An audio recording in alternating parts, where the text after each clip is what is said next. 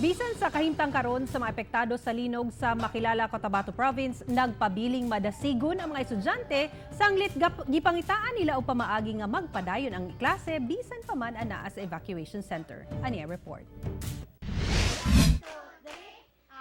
Tulo ka grade level ang dungan nga nagklase niining usa ka temporary learning shelter sa Bulacanon Elementary School. Kinihuman, dili na mamahimo pa nga sudlan ang ilang classrooms.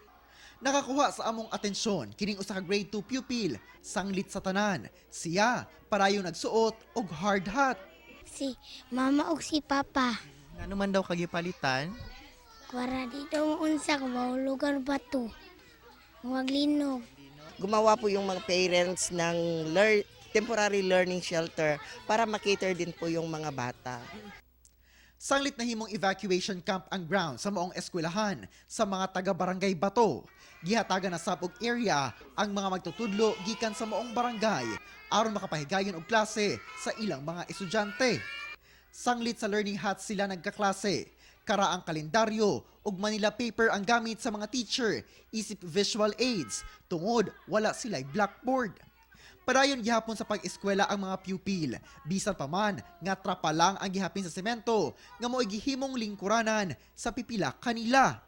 Si Teacher Joy nga usasab ka bakwit uban sa iyang pupils. Dili kuno mahimong babag ang ilang kasamtangang kahimtang aron ipadayon ang pagtudlo sa mga bata.